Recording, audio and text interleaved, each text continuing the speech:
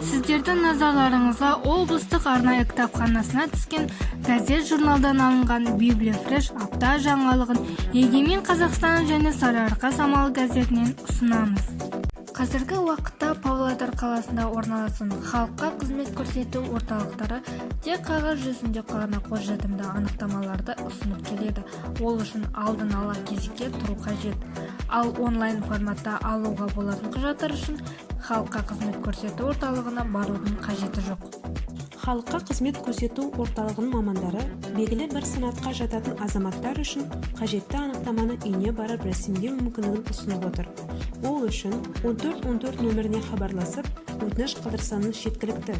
Қоңырау түскен бойында халыққа қызмет көрсету орталығының қызметкерлері кері байланысқа шығып, келетін күн мен уақытты белгілейді.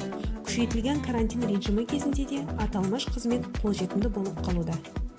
Түбі бір түркі жұртының рухани орталығы Түркістан қаласындағы тарихи-мәдени орындарды қайта жаңғырту, зерттеу және туристік орталыққа айналдыру мақсатында Мәдениет және спорт министрлігінің 3 жылдық даму жоспары жүзеге асып жатқаны белгілі. Айта кететін тағы бір жайт. Карантин режимі 2 аптаға ұзарады. Мемлекет басшысы Қасым-Жомарт Тоқаев еліміздегі эпидемиялық ахуалға қатысты түйткілді мәселелер жөнінде кеңес өткізді. Библия-фреш апта жаңалықтары өз мәресіне жетті. Келесіде қызықты жаңалықтарды күтіңіздер.